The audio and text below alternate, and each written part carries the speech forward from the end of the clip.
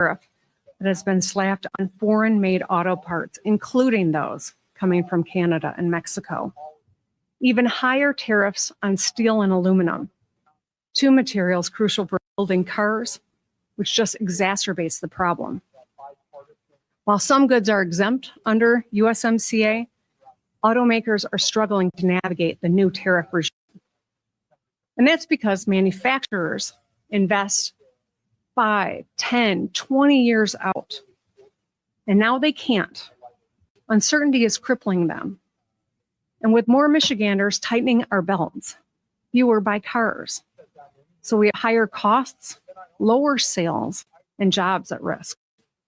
The Anderson Economic Group says that the cost of Broncos, Suburbans, Jeeps, Dodge Rams, and others are going to go up by thousands of dollars. GM and Stellantis reported losses of more than $1 billion each. The Wall Street Journal reports that Ford expects a $2 billion tariff hit to their bottom line. Fortescue paused plans for an electric vehicle battery factory in Detroit that would have created 600 jobs. For Alpha USA, a small supplier in Livonia, costs are rising about $250,000 a month due to tariffs on the nuts and bolts they use to make parts. Proto, a Michigan-based manufacturer, is losing clients because of tariffs affecting estimates and timelines. Now, in some cases, they're not just scaling back. With tariffs on Canada and Mexico higher than the tariffs on Japan, auto companies are considering building cars and products entirely overseas, so they pay the tariff once coming into our country. So dangerously ironic, the national tariff chaos does the opposite of what the goal is.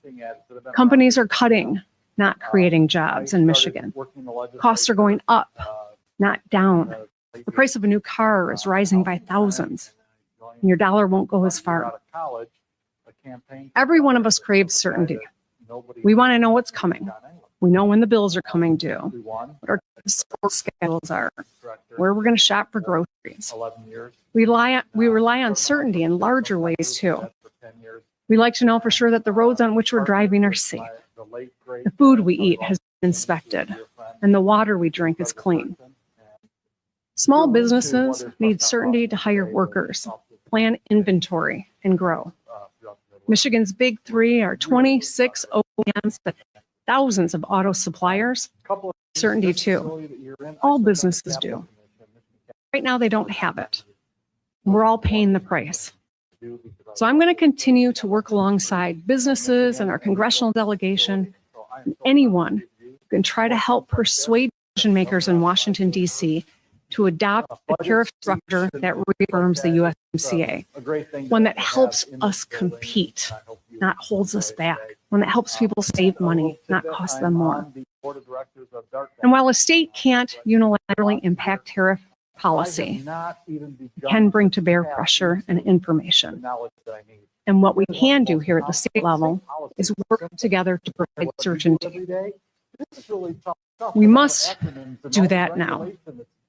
We must work together to get certainty here in Michigan and to get the budget done. Let's put new job-creating tools in our toolbox that helps us leverage our strong workforce and manufacturing heritage to compete against other states and countries.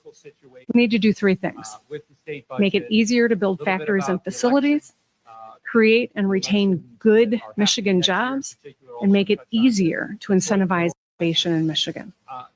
No tool is perfect, but we have to do something to deliver more wins for Michigan because competition is fierce.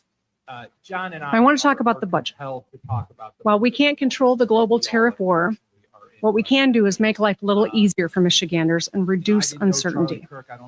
As Michiganders watch the news, they tend to ask a simple question: what does this mean for me and my family?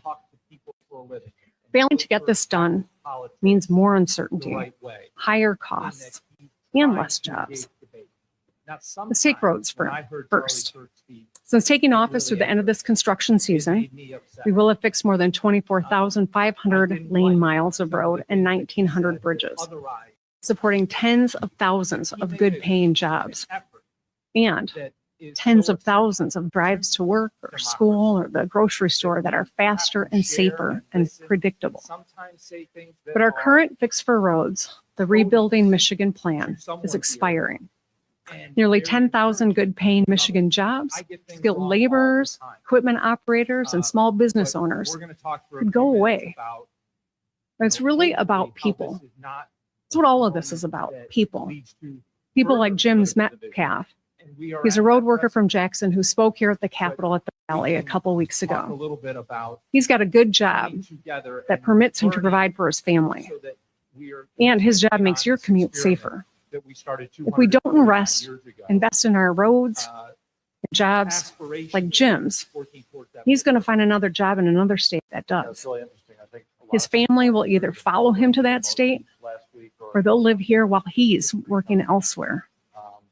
Our roads will get worse. And when we finally do put money into our roads, it'll cost a lot more and we will have lost all that critical expertise. Another key area that we need to address in this budget is education. We've made a lot of progress in Michigan. We closed the funding gap. We fed all 1.4 million Michigan kids free breakfast and lunch. We tripled literacy coaches in classrooms and put thousands more teachers on free paths to the classroom. Unfortunately, the school year started a few weeks ago, and our schools still don't have a budget. All this progress is at stake. At the same time, we still face a crisis. Just a quarter of our fourth graders are reading proficiently. Unacceptable. Now is not the time to go backwards. We recently changed the law to use proven phonics-based reading strategies, but we need to keep moving forward.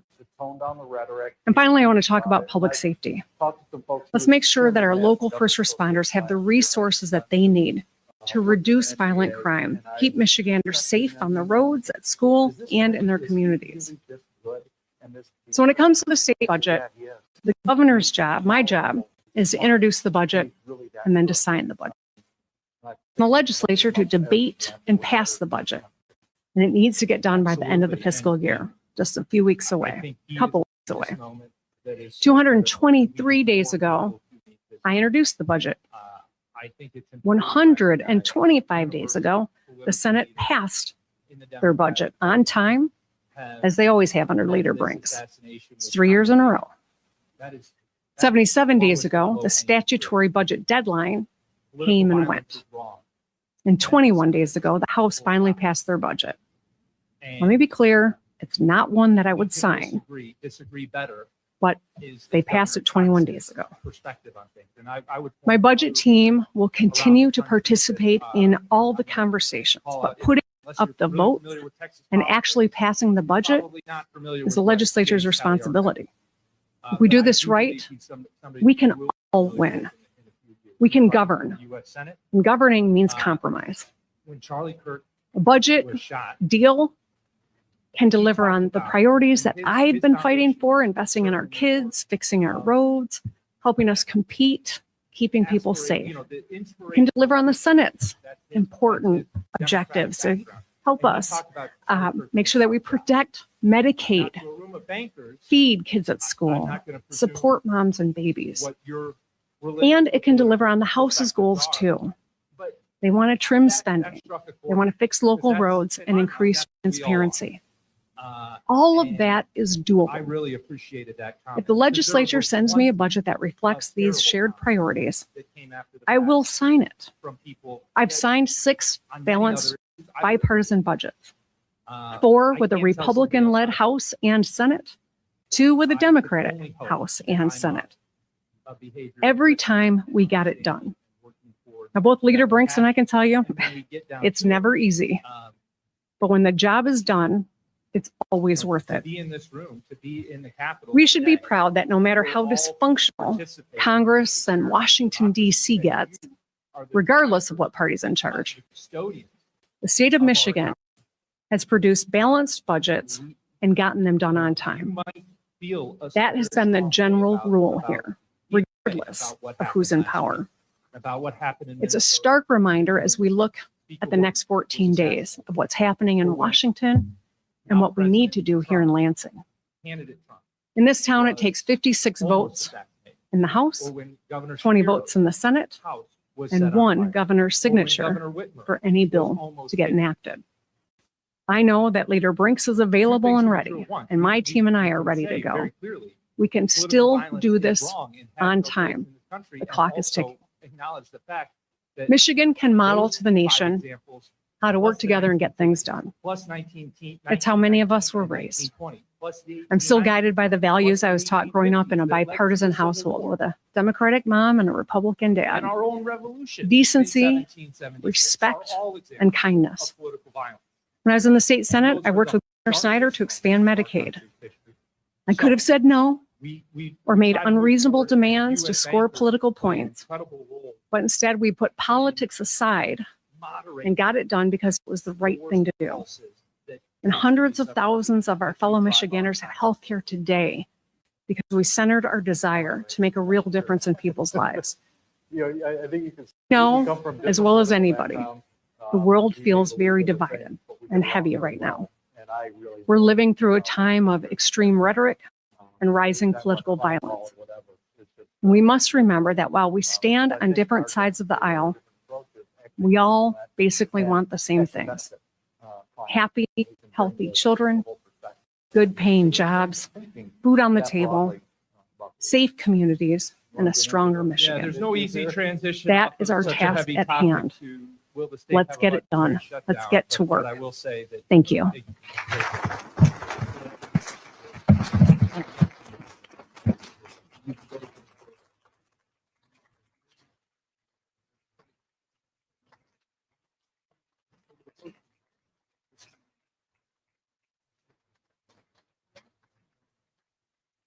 Right. 15 days away from a potential government shutdown here in the state of Michigan. And there are you heard 4 of them up here an hour ago. Very earnest people working to prevent that. I'm not confident that